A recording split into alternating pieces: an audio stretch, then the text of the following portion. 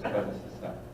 Eu poderia iniciar, sem manifestar gratidão, principalmente e primeiramente a Deus, pelos dons, pelas dádivas que nos concede, e a mim em particular, pela oportunidade de estar aqui hoje para esta reunião, para esse encontro em torno do Evangelho. Agradecer também a direção da casa, na pessoa da Terezinha, da Tilma, que convidam, têm a coragem de convidar, né? E confiam na possibilidade de que a gente venha aqui e traga algo que seja útil para todos nós. E sobre o que nós vamos conversar hoje, o tema está aí, né? Está no Evangelho segundo o Espiritismo, no capítulo 18, muitos os chamados, poucos os escolhidos, e o item primeiro, que é essa parábola que trata do festim de núpcias. Então a ideia é que nós procuremos fazer uma interpretação, compreendendo, ou tentando pelo menos, dadas as nossas possibilidades, limitações, nos aprofundarmos um pouco mais na essência do pensamento do Cristo.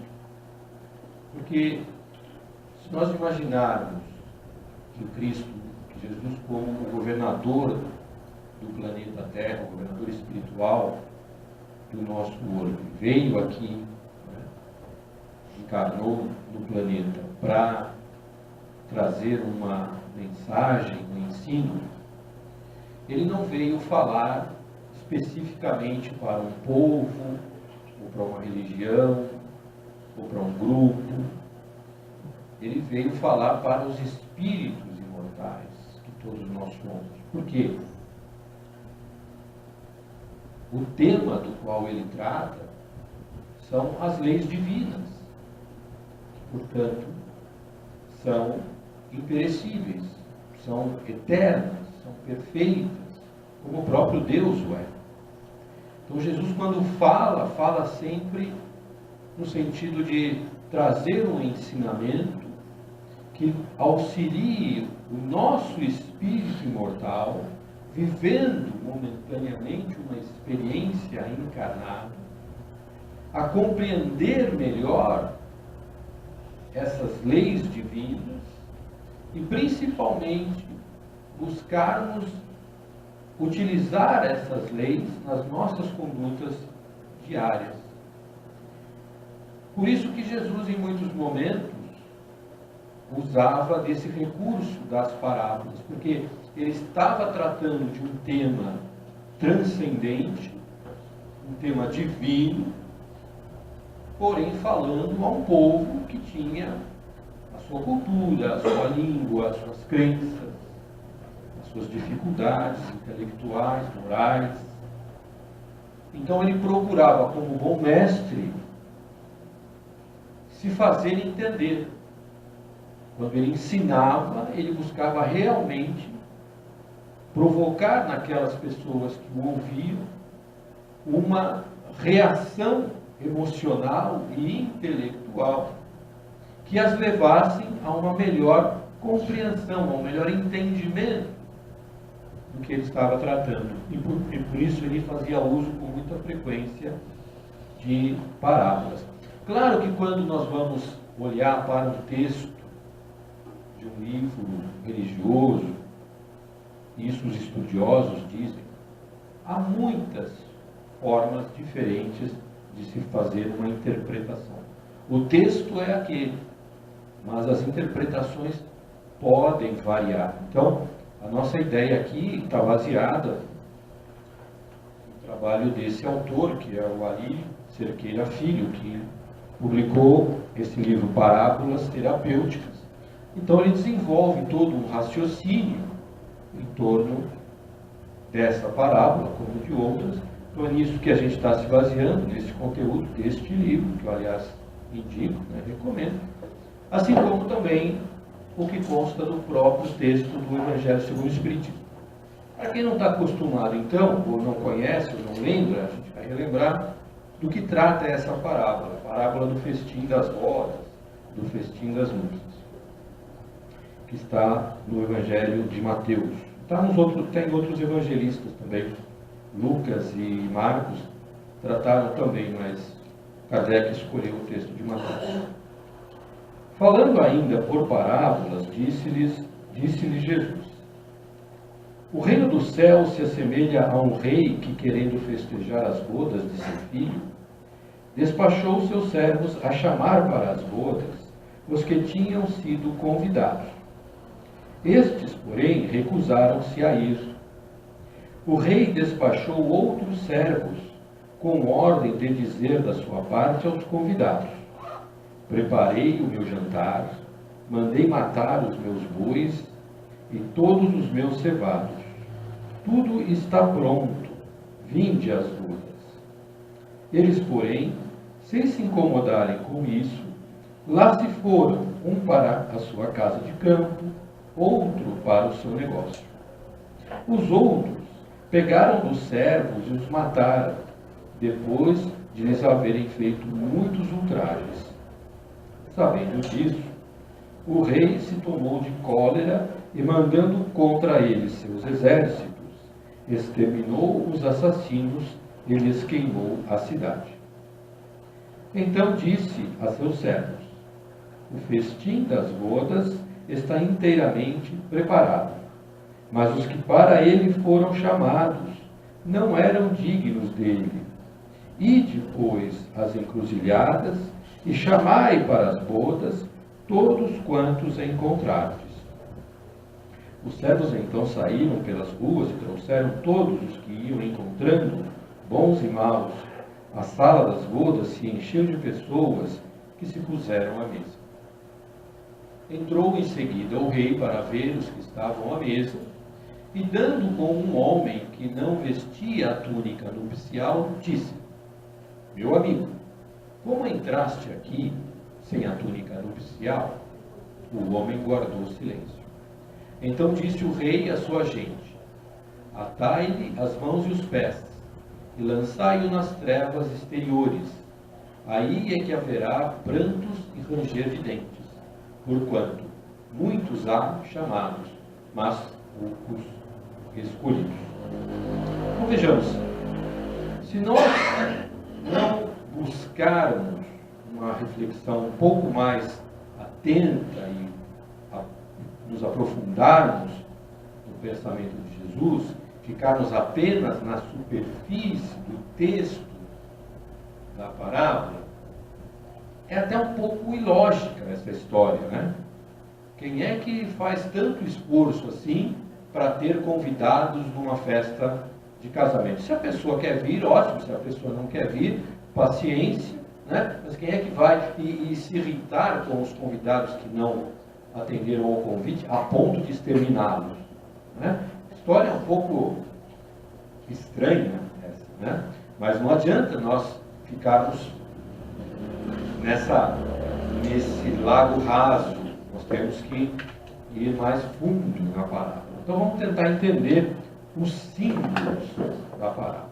O primeiro é o próprio banquete, a festa de bodas, né? Nos textos do Evangelho, seja do Velho, principalmente do Velho, dos profetas, mas do Novo Testamento também, a união de alguém, de um indivíduo com Deus, ela é simbolizada na linguagem deles por um casamento, por uma boda.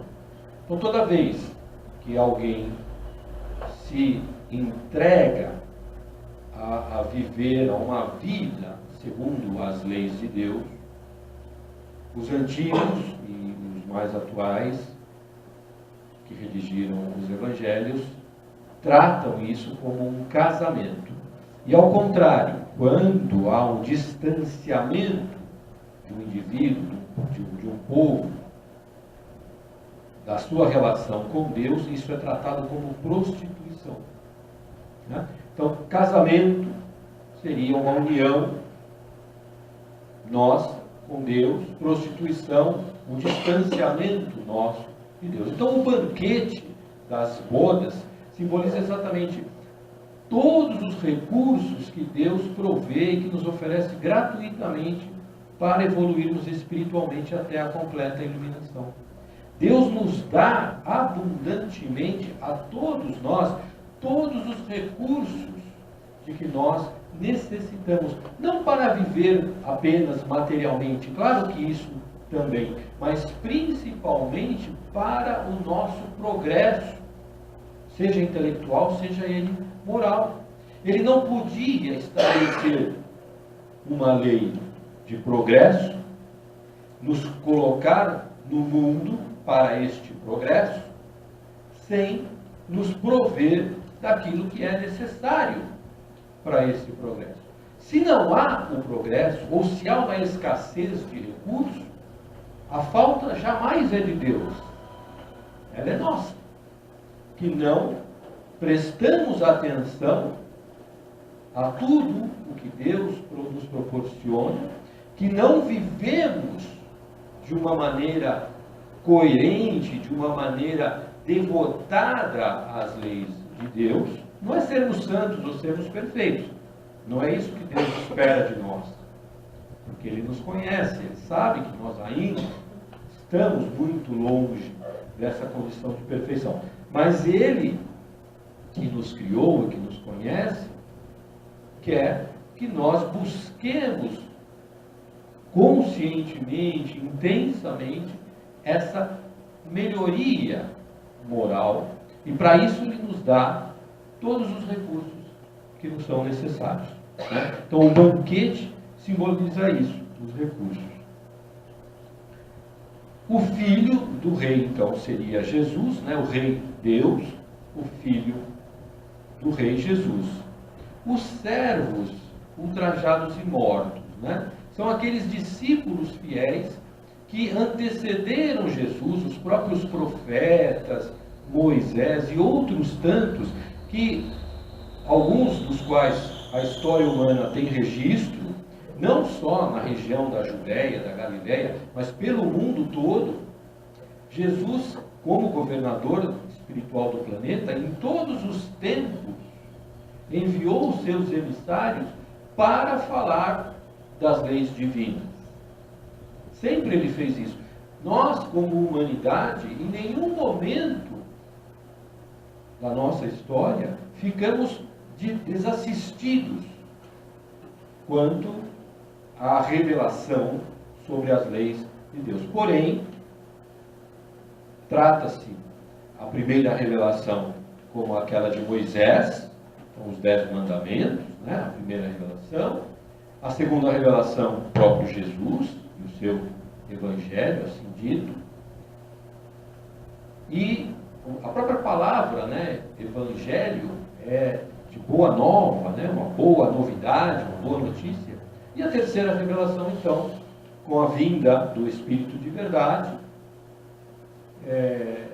através da doutrina dos Espíritos. Então, os servos ultrajados e mortos, aqueles discípulos fiéis de Jesus que o antecederam. Aí ele cita Sócrates, João Batista, né? E aqueles que vieram após Jesus, como os próprios apóstolos, Francisco de Assis, para nos convidar para esse banquete. Então, que banquete é esse, né? Então, esses recursos que Deus nos provê para a nossa autoiluminação. Agora, para que isso aconteça, nós temos que ir no banquete.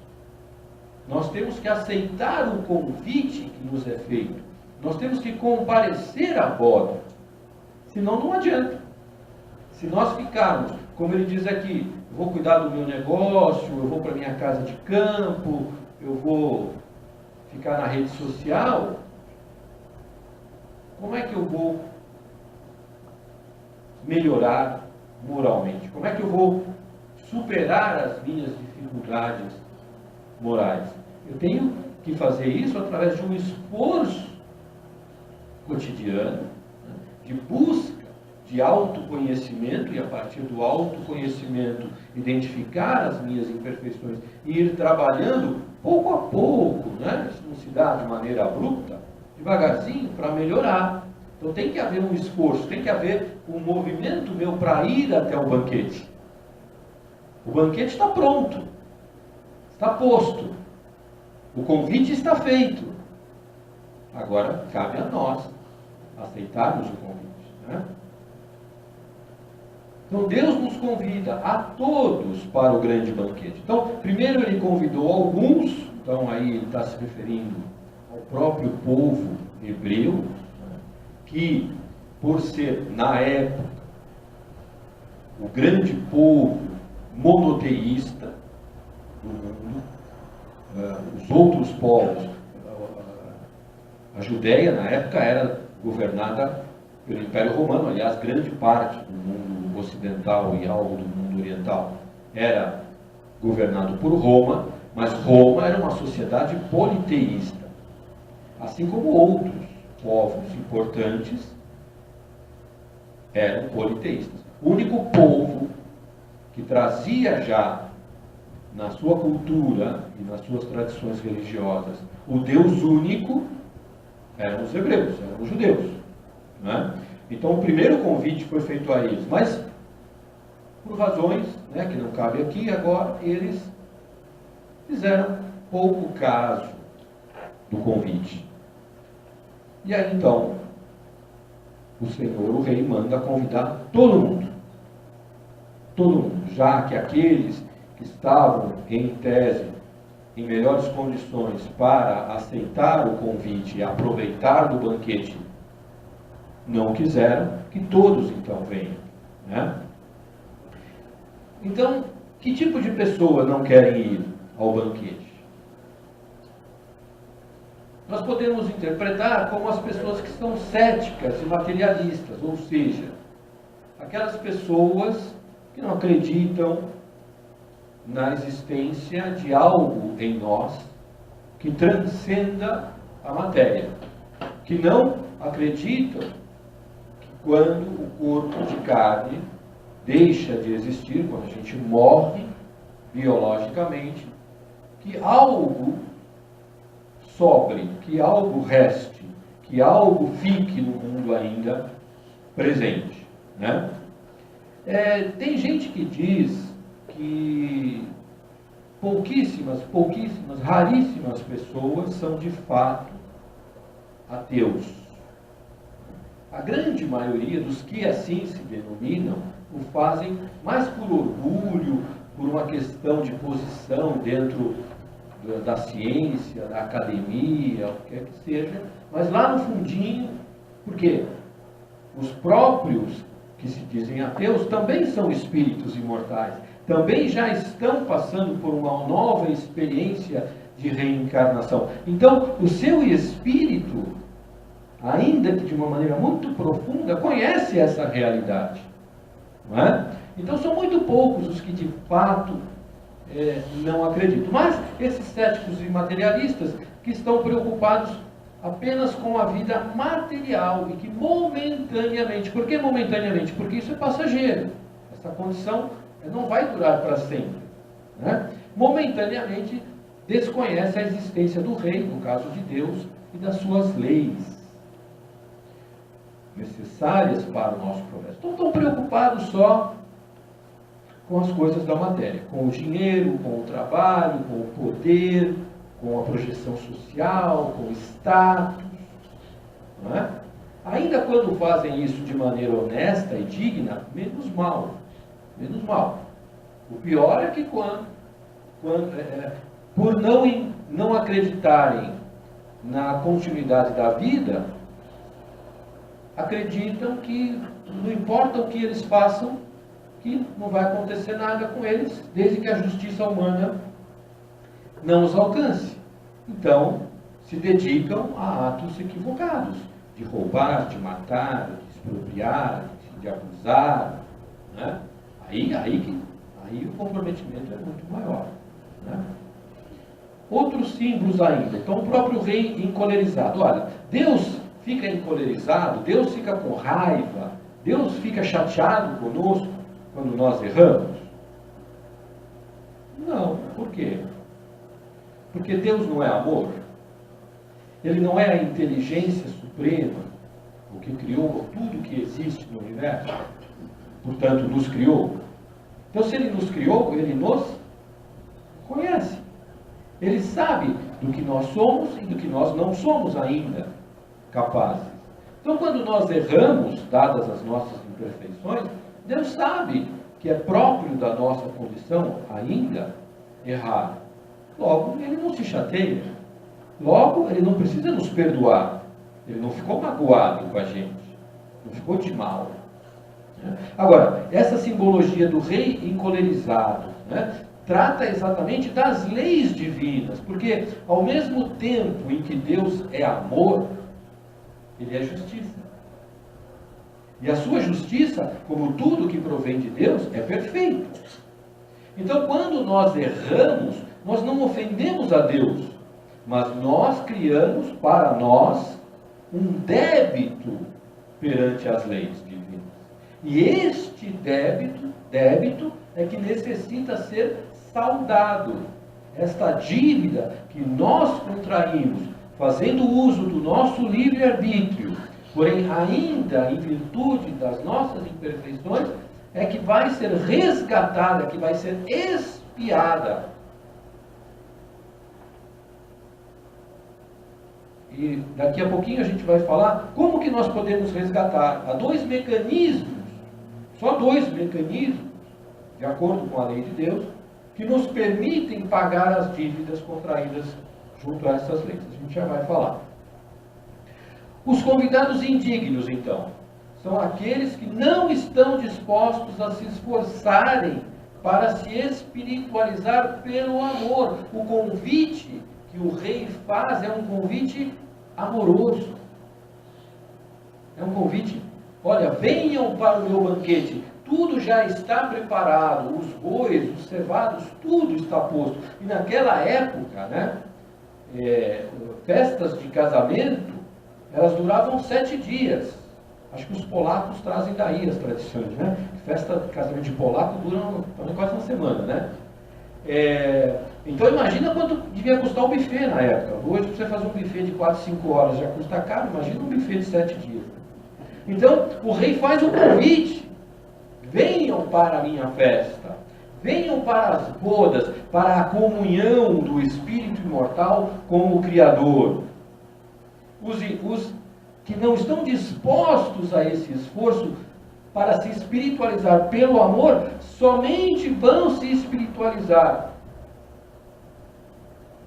depois que sofrerem as consequências dos seus atos equivocados. Que nome que a gente dá para sofrer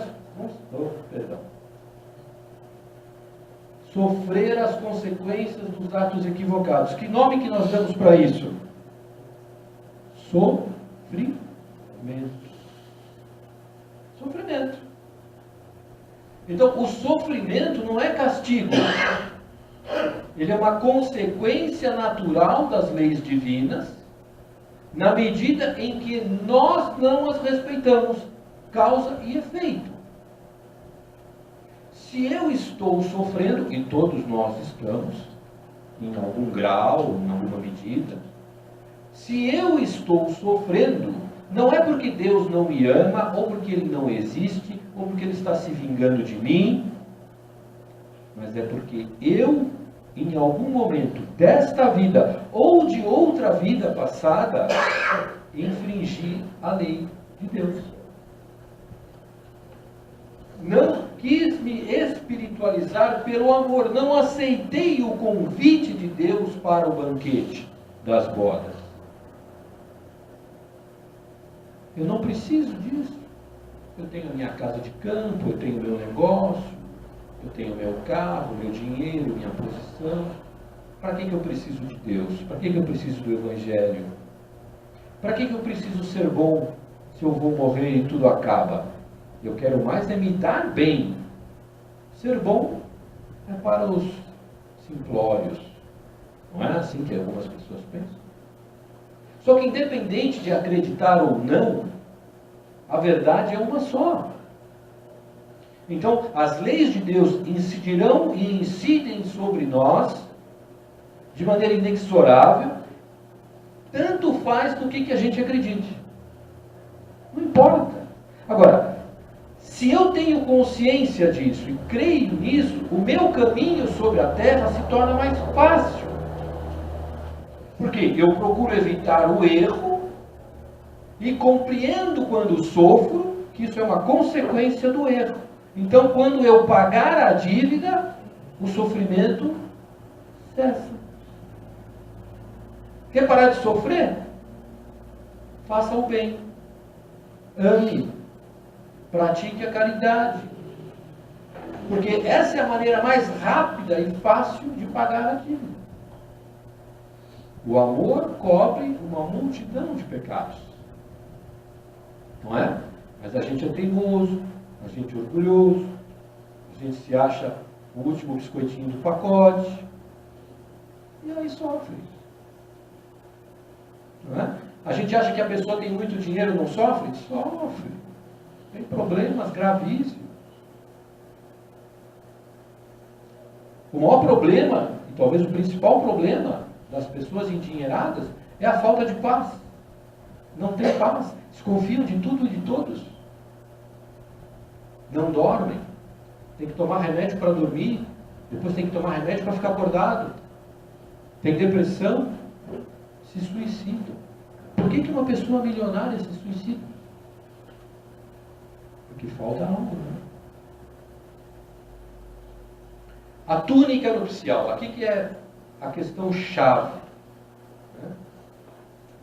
O rei entra na festa com todos os convidados. E aí, veja, ele fez um convite geral. Né? Olha, chama todo mundo que vocês encontrarem pela rua. Os bons, os maus, os ricos, os pobres, os políticos. Chamem todo mundo.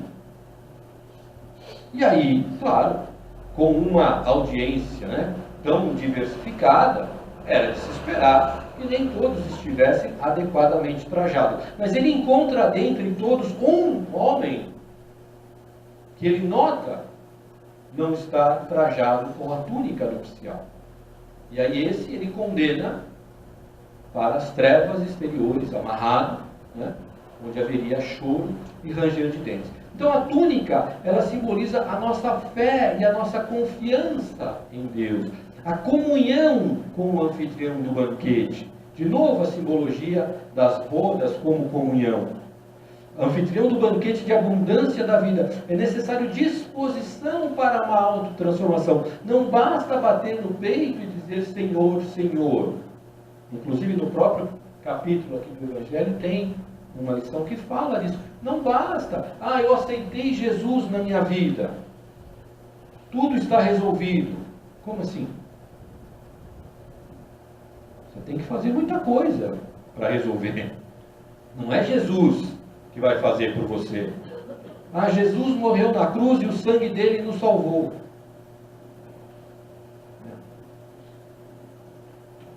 Não. O caminho para termos esta fé é o próprio Jesus. Palavras dele que estão em João. Eu vim para que tenham vida e a tenham com abundância. Deus é um Deus rico, é um Deus abundante. Se há escassez, a culpa é nossa. Não digo a culpa, a responsabilidade é nossa. Eu sou o caminho, a verdade e a vida. Ele falou, eu sou o caminho, a verdade e a vida. Ninguém vem ao Pai senão por mim. Mas eu não acredito. Não importa. Não importa. A verdade, ela é. Ela não precisa de nós acreditarmos. Como Deus. Deus é. Ele precisa de nós? Não. Nós precisamos dele? Muito. Então, quem está em vantagem e quem está em desvantagem? Não é? A gente pode acreditar no que quiser, mas as leis de Deus incidirão sempre sobre nós. E aí, essa questão da fé é tão importante, né, que naquela parábola do menino epilético, que o pai leva, o menino pede para que Jesus o cure, e Jesus diz assim para ele, se tu podes crer, tudo é possível ao que crê. Palavras de Jesus. Tudo é possível ao que crê. E o que o homem diz para ele? Eu creio, Senhor, ajuda a minha incredulidade. Ora, nós nos vemos aqui nessa fala desse pai. Porque a nossa fé, ela é oscilante. Ela ainda não é uma fé sólida, consistente. Ora nós acreditamos, ora mais ou menos, ora a gente vem no centro, ora a gente vai no templo, ora a gente vai em outro lugar, ora a gente reza para um santo aqui. Mal não faz, mas está faltando fé. Está faltando fé. Nós ainda permanecemos nessas sombras que são nossas, essas sombras, né? O nosso ego ainda fala muito alto. O nosso ego, a gente pode entender de uma maneira simplificada, a nossa personalidade, porque nós temos uma individualidade, que é o espírito imortal que está em progresso, e a cada existência nós temos uma personalidade, que é produto um tanto da nossa história de espíritos imortais, mas muito da nossa vivência presente, do meio em que nós vivemos, da educação que nós recebemos, das pessoas com quem nós interagimos. Essa personalidade, quando nós nos deixamos levar por esses valores equivocados da matéria, do prazer, da cobiça, do egoísmo, do orgulho, da vaidade, nós nos damos mal.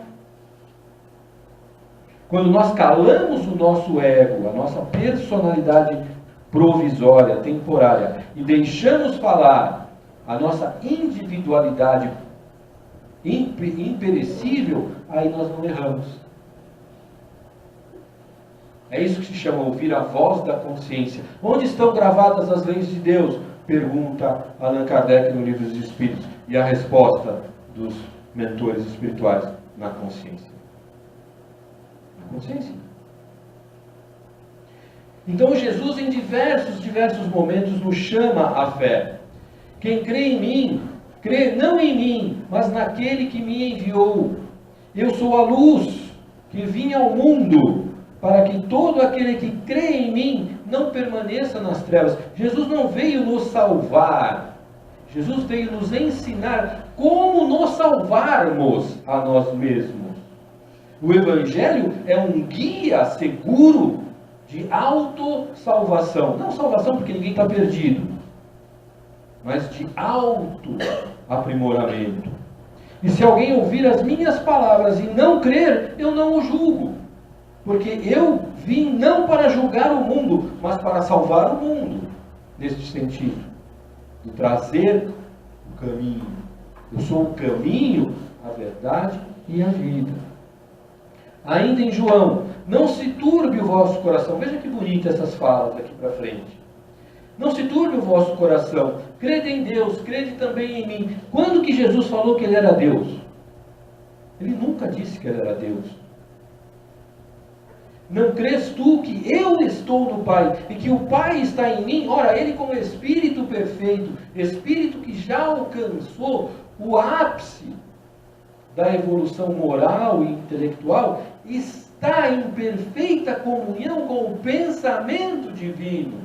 Ele é um intérprete do pensamento, ele e tantos outros espíritos crísticos, né, estão em absoluta harmonia com o pensamento de Deus e são os executores da vontade de Deus pelo universo afora, a ponto de plasmar um planeta, de trazer para viver neste planeta espíritos primitivos, para evoluir ao longo dos milênios, para um dia nos tornarmos o quê? Na verdade vos digo que aquele que crê em mim também fará as obras que eu faço, e as fará maiores do que estas, porque eu vou para o meu Pai. Olha o que ele está dizendo. Se nós seguirmos o Evangelho gradativamente, pouco a pouco, chegará um dia que nós nos tornaremos tal qual é Jesus. E faremos o que Ele faz, e ainda mais do que Ele faz. Todos nós, sem exceção. Ah, mas Aquele que trucidou, sim, um dia ele chegará lá. Talvez demore um pouco mais. Mas ele também chegará lá. O centurião que espetou a lança em Jesus na cruz, ao se arrepender no plano espiritual, aderiu ao cristianismo e se tornou rapidamente um grande trabalhador das hostes cristãs. Voltou a viver na terra. Todos nós. Nenhuma ovelha será desmamada. Todas encontrarão o redil. E ele fala mais. Eu sou a porta. Se alguém entrar por mim, salvar-se-á, e entrará, e sairá e achará pastagens. Eu sou o bom pastor dá a vida pelas ovelhas. Eu sou o bom pastor e conheço as minhas ovelhas, e delas sou conhecido. Assim como o Pai me conhece a mim, também eu conheço o Pai, e dou a vida pelas ovelhas. Jesus deu a vida por nós, não para nos eximir do nosso progresso, mas para mostrar que a morte não existe. A morte não existe. O que morre é o corpo. Entende a tarefa de Jesus? Por que ele se deixou imolar? Ele sabia que ele não ia morrer. Que era só uma questão do corpo. E ele precisava provar para a humanidade aquela verdade. Não para nos salvar, mas para nos ensinar. Ah, mas eu não acredito. Não tem problema. Continue. Seja um bom cristão, mesmo que você não acredite em Jesus. Não é? E Jesus lhes disse, eu sou o pão da vida, aquele que vem a mim não terá fome. Ele está falando da fome física?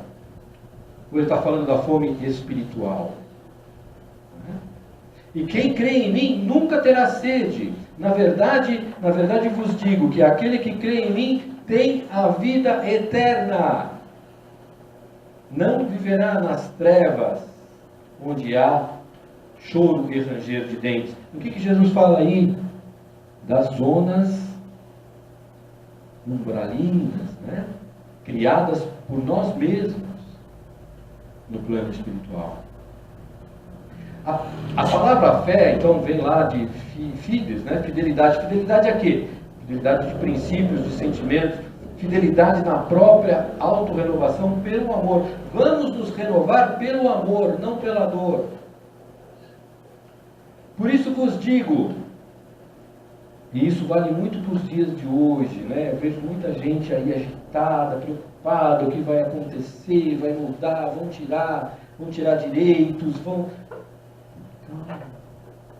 Calma, né?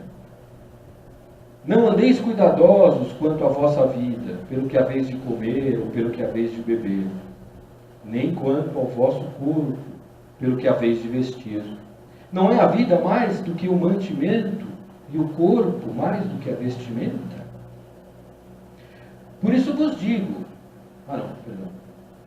olhai para as aves do céu, que não semeiam, nem cegam, nem ajuntam em celeiros. A lição lida, né? Falava disso.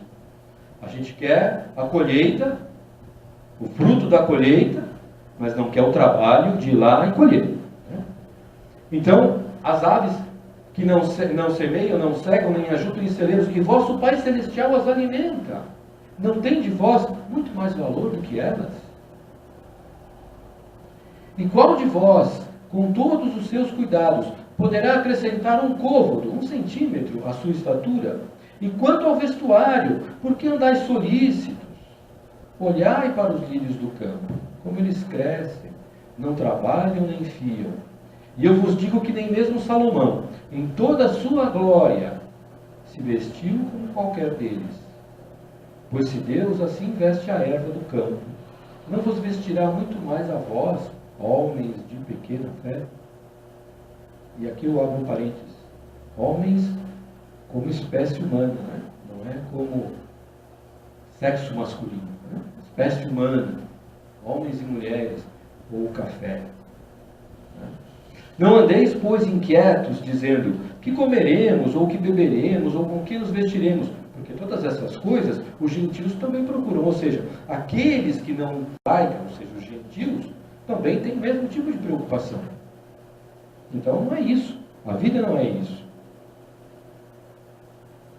De certo, vosso Pai Celestial bem sabe que necessitai de todas essas coisas, mas buscai primeiro o reino de Deus e a sua justiça, e todas essas coisas vos serão acrescentadas. Olha que promessa linda que Ele nos faz. A vida material, ela é necessária. A gente precisa de dinheiro para viver, sem dúvida. Para isso a gente tem que trabalhar, a gente tem que se esforçar, tem que ser criativo. Mas isso não é a essência da vida. Isso é necessário para a manutenção do corpo físico, para se abrigar. Mas o essencial é buscar o reino de Deus. Porque é assim que nós vamos nos tornando gradativamente criaturas melhores, filhos de Deus melhores. E aí sim chegará um dia, todas essas coisas nos serão acrescentadas pela misericórdia de Deus, pela bondade de Deus, pela abundância do reino de Deus. E aqui termina. Não vos inquieteis, pois, pelo dia de amanhã, porque o dia de amanhã cuidará de si mesmo. Basta cada dia o seu mal. Então calma, gente. Vejo muita gente aflita, não dorme, não tem paz, está preocupada, conta para pagar, compromisso. Trabalhe direitinho, honestamente, ganhe seu dinheiro, coloque suas finanças em dia. Ah, mas o governo vai mudar a aposentadoria. Não sei. Façamos a nossa parte. Façamos o que nos cabe, o que nos compete. Claro que quando se apresenta um momento importante de votar, como tivemos recentemente, procuremos votar naqueles que nós acreditemos que possam construir um país melhor para toda a sociedade brasileira. Não para uns ou para outros, para todos os brasileiros. Mas isso só acontece a cada 4 anos. Então, ao longo desses 4 anos, façamos o que é do nosso dever fazer. Mas não nos inquietemos. Não é necessário. Tudo está como deve estar. Não está nada fora do lugar. Não é como Jesus fala, não há um fio que caia da sua cabeça que Deus não saiba. Eles estão contados. Então, nos preocupemos menos com essas questões, essa ansiedade. A gente, o depressivo, né, ele vive no ontem. Eu já falei isso, acho que já falei isso aqui, inclusive. O depressivo, ele vive no ontem, né? Ah, aquela época que era bom, aquela época a gente era mais feliz, aquela época as coisas eram mais baratas, aquela época não tinha tanta violência. Então, sempre vivendo no passado. E o ansioso está sempre vivendo no amanhã. Ah, mas se acontecer isso? Ah, mas se aquilo outro? Ah, mas se fulano fizer tal coisa? Um vive no passado e o outro vive no futuro. Quem é que vive no presente? Qual é o único momento que de fato nós temos para viver? Agora, o presente. O passado já foi. O futuro, sei lá. É o presente. Então, menos ansiedade, menos inquietação, buscar o reino de Deus, buscar essa paz de Jesus em nós mesmos, fazendo todo o bem que for possível a nós fazer. Ninguém está impedido de maneira nenhuma de fazer o bem. E fazer o bem não é pegar dinheiro e dar dinheiro, não. Claro, se puder ajudar alguém que está precisando, ajude. Mas não é isso. É ser mais tolerante com o próximo, ser mais benevolente, mais paciente, mais carinhoso, ouvir o que o outro tem a dizer, que às vezes precisa desabafar. um sorriso, um aperto de mão, um bom dia, um abraço. Você já está construindo o reino de Deus dentro de você. Sendo uma criatura melhor, mais pacífica. Ah, mas ele me insultou. Quando alguém quer te dar um presente e você não quer o presente e não aceita o presente, com quem ele fica? Com a pessoa que tentou te dar o presente, não foi? Se alguém te insulta, depende de você aceitar ou não o insulto. Se você não aceitar, com quem vai ficar? Com ela. Problema dela. Não é? Não é problema meu. Problema dela. Então deixa ela com as coisas dela. Não nos alteremos. Não nos igualemos àquele que nos insulta, insultando pior ainda. Né? A pessoa nos fala um nome feio assim, a gente fala um palavrão que é para não ficar por baixo. Não vale a pena. Não estamos ganhando nada e só estamos perdendo. Assim um pouquinho. Fica então essa reflexão para todos nós, para começar o ano bem, né? Começar o ano já com uma lição importante, para que o ano seja de mais paz, mais harmonia, mais tranquilidade nas nossas vidas. É que eu desejo para todos nós, neste ano, para todos eles. Que assim seja. Eu quase não falei, então agora eu vou fazer a prece.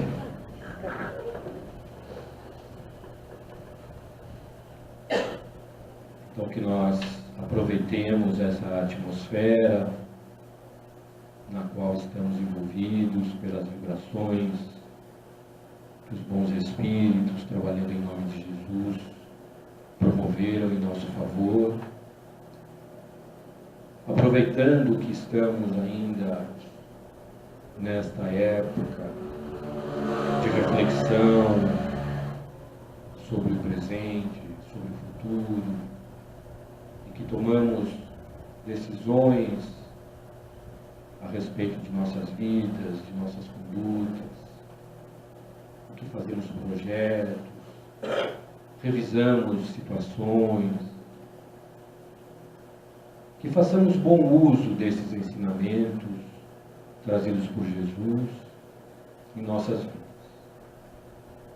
Que busquemos humildemente, mas com perseverança, fortalecer a fé em nossos corações, em nossas mentes. Pois a fé que vai promover a nossa transformação precisa ser uma fé racional, uma fé que olha para a realidade e reflete se aquilo está de acordo com o que é bom, o que é belo, o que é justo, o que é divino. Não a fé cega, a fé ditada dos púlpitos, esta fé que apenas nos escraviza, que apenas nos tira a condição de julgarmos por nós mesmos e tomar as nossas vidas em nossas mãos. Por isso nós recorremos até Ti, Senhor, primeiro para Te agradecer pela abundância que vemos diariamente em nossas vidas, pela nossa saúde, pelo nosso bem-estar, pela nossa família, pelos nossos amigos, pelo nosso trabalho, pela nossa comunidade, pela nossa casa espírita e até mesmo pelas dificuldades que enfrentamos, pois sabemos o quanto elas são importantes para aperfeiçoarmos a nossa paciência, a nossa perseverança, a nossa determinação, a nossa coragem, a nossa humildade.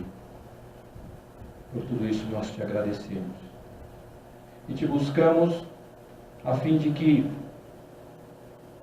permita que o nosso anjo da guarda se aproxime de nós e que estejamos atentos a esta presença amiga, amorosa, tentando insistentemente nos influenciar de maneira positiva diante das decisões que todos precisamos tomar. Que o nosso dia sempre comece com uma prece de agradecimento e de rogativa para que nós estejamos alertas às tentações, às armadilhas, às situações que podem nos colocar diante da necessidade de fazermos o que é certo, não o que é fácil. Porque, via de regra, o que é certo não é fácil. E o que é fácil não é certo.